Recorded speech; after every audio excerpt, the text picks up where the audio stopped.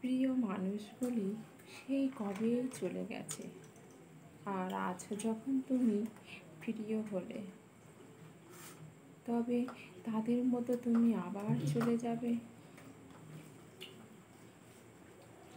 সেই যখন চলেই যাবে, তাহলে কেন এলে তুমি আমার জীবনে? শূন্য জীবনটা কেন তুমি পূর্ণতায় ভরিয়ে দিলে?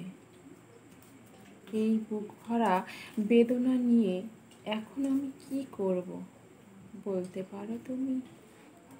কাছের মানুষগুলি যখন দূরে সরে যায়, তখন সেই বুঝতে পারে তার যন্ত্রণাটা কতখানি।